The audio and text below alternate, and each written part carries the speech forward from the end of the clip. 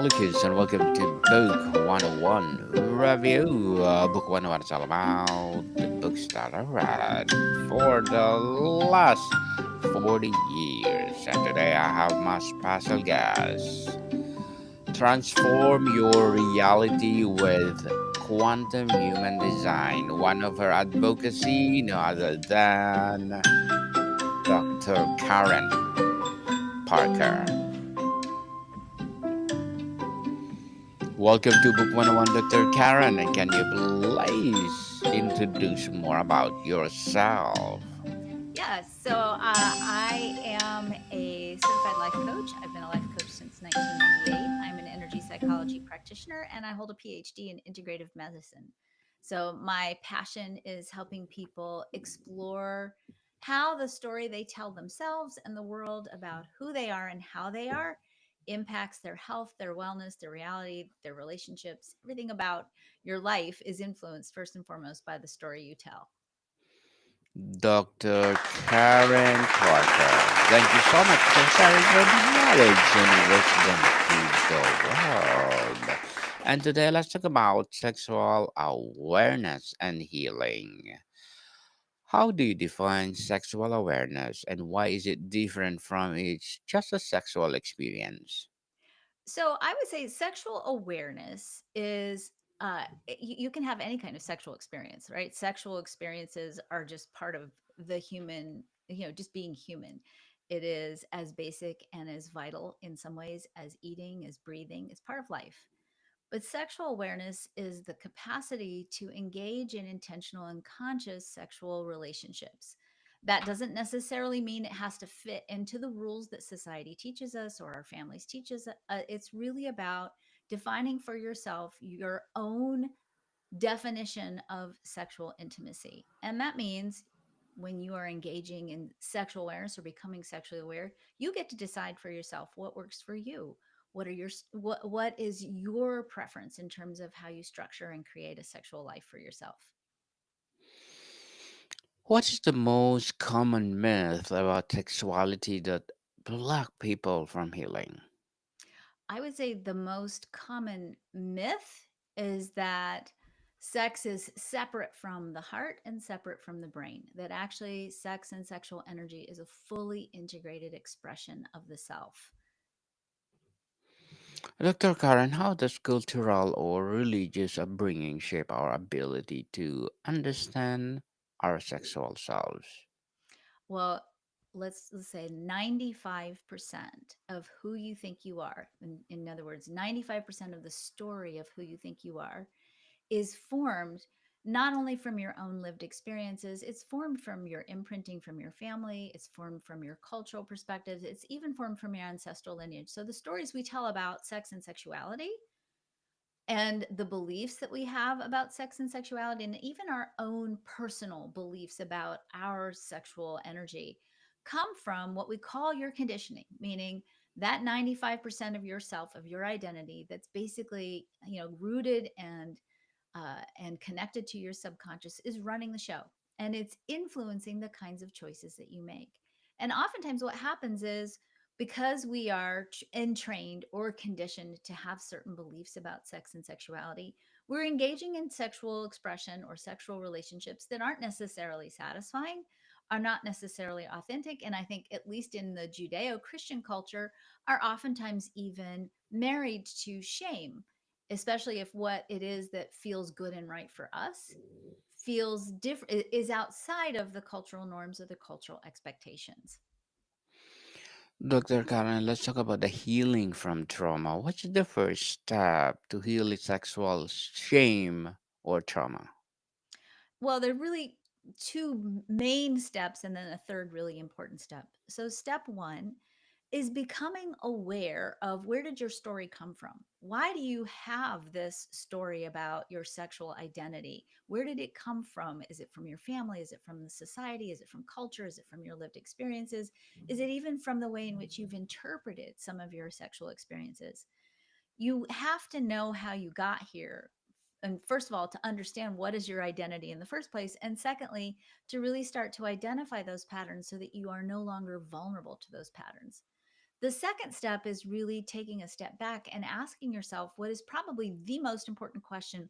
And this is really the most important question for any kind of wellness, whether we're talking about financial wellness, physical wellness, sexual wellness, relationship wellness, even career wellness, if you want to call it that, is you have to know what do you want? You have to be able to answer that question. And that's sometimes an exploration and a journey, because when we have been living out an identity or a story, or we've been told this is how you should be, or this is how you are, or this is what society expects for you to be. Once you start to understand where that story came from and you start to say, okay, I'm going to replace it with a more authentic story, sometimes that exploration involves experimentation, involves studying and learning, involves reconnecting with the body, which isn't just sexual, it's also intuitive. Our physical body is a compass, and it's a compass that is, when we dial into it, really telling us what feels good and right for us and what doesn't. And most of us, when we become conditioned, when we grow up, when we learn to follow the rules that our society or our family teaches us, one of the things that oftentimes has to happen for us is we have to disconnect from the body. The body is often very clearly telling us, hey, I don't like this. I don't want it. Or this feels really good to me, but oh, I can't go here because it's shameful. And oftentimes, the only way we can navigate that disconnect between how we feel and what the expectations are is we have to numb out the body. So, step two is really exploring the answer to the question, what do I want? And learning to reconnect with the wisdom that lives in the body so that you can start trusting and following what feels good and right for you. The third step is, and this is more the final step, it's a smaller step but actually a really important step, is the third step is then you have to integrate what you've just learned. You have to integrate that you are no longer the story that you have been told you are or should be. You're not living that cultural expectation anymore. You're not living those familial expectations anymore. Now you've moved into this place where you've defined for yourself in whatever way you need to, whether it's through exploration, experimentation, study, learning to reconnect back with your body and trusting yourself. That once you've gone through that process, now in this third phase, you're going to integrate it all. And that means you really, first of all, oftentimes have to set good and clear boundaries about what works for you and what doesn't. You have to learn to become immune to judgment sometimes. You have to then integrate this new story about who you are and then begin practice living it in a healthy way. How can someone distinguish between discomfort that's growth versus discomfort that's harm? That's a great question. And that is unfortunately a question that sometimes makes that experimentation process a little bit difficult, right? When the there part of it is retraining ourselves around what's the difference between fear and fear that is instinctive and intuitive, that is good feedback, right? The When you go into a dark alley at night and you're walking at night, it's healthy to be afraid potentially because you don't know what's out there. Fear has an important message to us. It gives us an important signal. And that kind of fear, that instinctive intuitive fear, is a fear that we can't afford to discount, right? That's a very important fear to learn, and to learn how to experience and trust and know. There's a second kind of fear that we experience as humans, and that's really more of an existential fear. And that existential fear is oftentimes tied to our self worth. It's a fear that if I do this thing that I really want to do, that people won't love me, or they won't value me, or they'll judge me. And that kind of existential fear can sometimes, when we're not trained in knowing how to tell the difference, that existential fear can feel like the life-threatening survival fear. But the difference between that life-threatening survival fear and existential fear is that life-threatening survival fear tends to happen once. It gives us a short burst of information. If you're running from a bear, that fear isn't going to last forever, right? When you get away from the bear, the fear is gone. Existential fear tends to hang around for a while. It tends to keep coming back. And oftentimes it can paralyze us and keep us stuck. And so when you start to recognize, oh, I'm experiencing a fear that is a fear that's actually keeping me from doing what I want rather than protecting me from something dangerous, when I understand that that's an existential fear, then I can start to move through it. That's that growth fear, that growth edge. And when we push through that, what's so interesting is because fear both kinds of fears, instinctual fear and existential fear, are time limited. When you push through that existential fear, which is where the statement, feel the fear and do it anyway, is actually a really powerful statement. That when we follow that existential fear and push through it, then we actually get to the other side of it and we find that oftentimes it dissipates quite quickly. Very well said, Dr. Karen. Beautifully, beautifully articulated. What role does consent play in sexual healing and even outside of our physical intimacy? I would say consent is the number one, is that's the foundation of sexual awareness and sexual healing.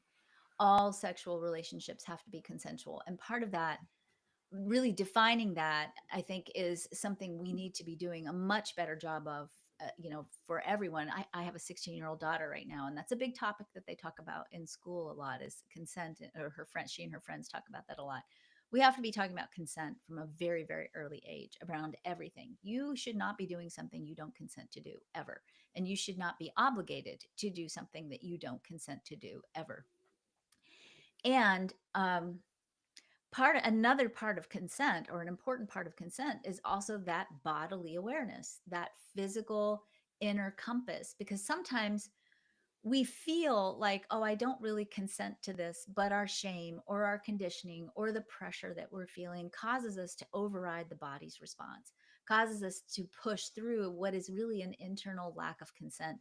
And then we feel confused, or we're embarrassed, or we can't figure out what just happened to us. And so, again, part of consent is also getting back in touch with your body and really feeling, how does this feel in my body? Does this feel good and right and true for me, or does it not feel good for me? And if it doesn't feel good for you in the body, or you're having a physical response to it, then you have to be listening and paying attention to that. Let's talk about the body reconnection, Dr. Karen. What practice help people reconnect with their bodies after the association or trauma? That's a difficult question to answer, because one of the things that I talk about a lot is that, especially when we look at therapeutic practices, there's a tendency for us to use a formulaic approach to say this is the way to reconnect with the body, for example, or to reconnect with that inner truth or that inner compass.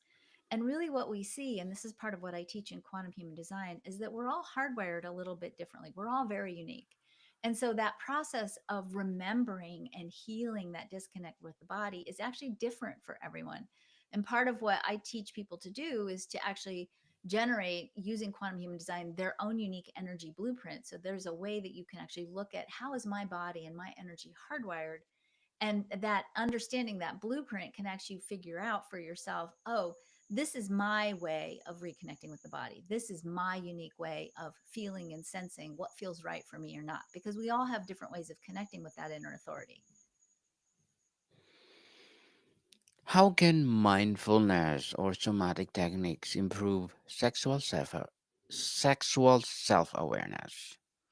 So part of both mindfulness and somatic practices is, the goal is to get us back into the body. Mindfulness is really to get back connected to, okay, this is how it feels in my body. This is what I'm sensing, feeling, knowing. This is where I am. I'm present. I'm not thinking about the worst case scenario. I'm not thinking about what might happen next. I'm not thinking about what do I need to do tomorrow. Mindfulness brings us back into the body. That somatic practices are really essential because, first and foremost, whenever we experience trauma, and the definition that I use for trauma is pretty broad, and when I do my work, I talk about trauma being any event, experience, or perception that causes you to internalize the story that it's not okay or safe for you to be who you are or how you are. So if anybody's ever said you can't be who you are, or you can't be that way, or it's not valuable or safe or precious for you to be how you are, and when we internalize that story, not only does it disconnect us from our authentic self and disconnect us from our body's compass, what oftentimes can happen is we internalize physically the narrative. And that physical internalization can sometimes mean that the body itself is holding the trauma. The body itself is holding the story, which is one of the things I talk about in my book, Quantum Wellness, is that um, we have to figure out, especially when the body is not communicating effectively, or if the body is in pain, what is the message that the body is telling us? Because oftentimes when we start looking at physical pain or physical disconnection or dis-ease, we're really looking at places where the body has internalized a part of the story and is holding that story archetypically or metaphorically in a specific body part or a specific location in the body, because it correlates to something that's happening in your personal story. So, for example, if you are experiencing stomach issues, sometimes when we look at stomach issues and we look at, obviously you're going to treat the stomach. I'm definitely not saying don't treat the stomach. You always want to take care of the physical body. But we also have to look at, especially if it's a chronic issue, what's going on in the story that might be creating stomach issues. Now, stomach issues archetypically are oftentimes associated with burnout. About oftentimes they are associated with making agreements that you don't really want to make, especially agreements that don't sustain your value. So you didn't set a good boundary, and so now you're doing something that you feel obligated to do that you really didn't want to do, and you're being stuck in a cycle or a repetitive pattern of doing this thing again and again in this agreement with somebody, and it wasn't really an agreement you wanted to make, but you didn't know how to say no. That's one way that that stomach pain can show up. And it's oftentimes a message that the body's giving us that, hey, you're saying yes when you really want to say no. You're not actually consenting. You're actually lying to yourself about what you consent to. And being able to interpret those messages of the body can help us construct a better connection with that inner wisdom, that right wrong feeling in the body, and also support us in being more healthy in how we express our truth through the physical form. Dr. Karen, as you're transforming reality with quantum human design, what are your short term and long term goals? My short-term goal, my short-term goal is to train at least 1,000 practitioners a year to use this system so that we can get this message out in the world. My long-term goal, I'm a mother and a grandmother. My long-term goal is that every single living being, every single human on this planet understands that they are a unique and once in a lifetime cosmic event, that every single one of us is inherently valuable because we're alive. And that when we know and trust our own value, and when we know and trust our own physical body and how our bodies respond to value, and how we can make decisions from that value place, when we understand that and we know that, then we start to create a whole different world. Imagine for just a minute, Daniel, if I know my value and I know that I'm a once in a lifetime cosmic event, that there's never going to be anyone like me before, there's never been anyone like me before, and there will never be anyone like me again. And I get it. I really know that, and I'm living that. All of a sudden, in that conversation with myself, I'm not in competition with you, right? I'm not in competition with anyone. And now I'm thinking abundantly and creatively instead of from a place of trying to get my fair share or trying to define my value in a very limited way. When we all know our value, we make a totally different set of decisions about everything, including our sexual wellness. Good luck to your goals, Dr. Karen, and looking forward for more success. And what would be your piece of advice for those people out there who want to be like you?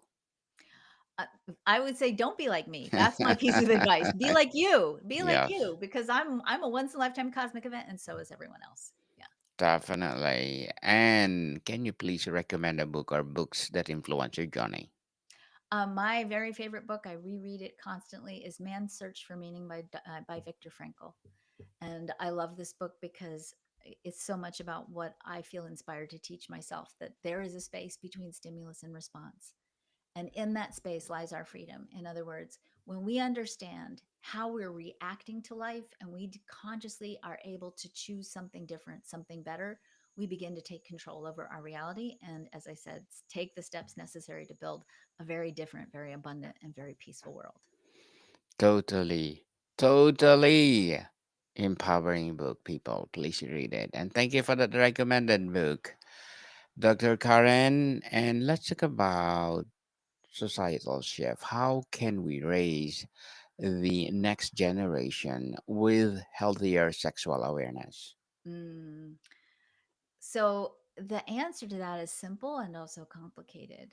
The most important gift we can give our children is to embody what it is we want to teach them first. We think we have to structure things and get all organized and have parenting systems. Your children are going to do what you do. They're watching you, they're being imprinted by you. Take care of yourself first and live what you want your children to see and have as part of their reality. Really be it. You have to be it for our children. I would say that's the easy answer. The second answer is teach your children how to stay connected to their body. Don't if they say no, teach them how to say no in a healthy way. Not only does that support healthy consent, that actually helps them stay connected to their truth so that they have the courage and the permission to follow what feels good and right for them. That's an essential skill you do not want your children to ever forget. What's one cultural norm about sex that needs to be unlearned? The sex is bad. That- True. Eh, that's probably the easiest one. That the healthy sexual expression is a natural part of being a human being, and we all deserve to have a healthy sexual relationship in whatever way we define it for ourselves. Definitely. And Dr. Karen, before we wrap up our discussion for today, I'm inviting you to please do listen to my other podcast, people. My other podcast, because my abstract essay is already in fifth season, abstract poetry in second season, and my book 101 review in fifth season too, comedy 101 in second season, and my food 101 in fifth season as well, geography 101 in fourth season, and my baby podcast, law 101. And Mental Health 101, Love Letters in third season, and Movie 101 Review and Music 101 in fourth season, and Science 101 and Sex 101 in its first season. Please listen to them wherever you listen your podcast. So, Dr. Karen, if or what's one small act of sexual self care you'd encourage listeners or viewers to try this week? Give yourself permission to ask for what you need and want. Definitely, Dr. Karen Parker. Thank you so much for sharing your knowledge and wisdom to the world. So, can you please invite our listeners to support your advocacy, your business, or whatever projects that you're doing right now? Absolutely. Absolutely. So I have a brand new book coming out on August the 20th called Quantum Wellness. And if you want to get a map of your own energy blueprint so you can begin to discover how do you reconnect with your body, you can get your free quantum human design chart at www.freehumandesignchart.com. Yes, people, let's support Dr. Karen Parker because if you support her for sure. More and more empowering books to come, more and more transformation to come for sure. And Dr. Karen, thank you so much for your time. Thank you for having me, David. More to come, people. See you soon.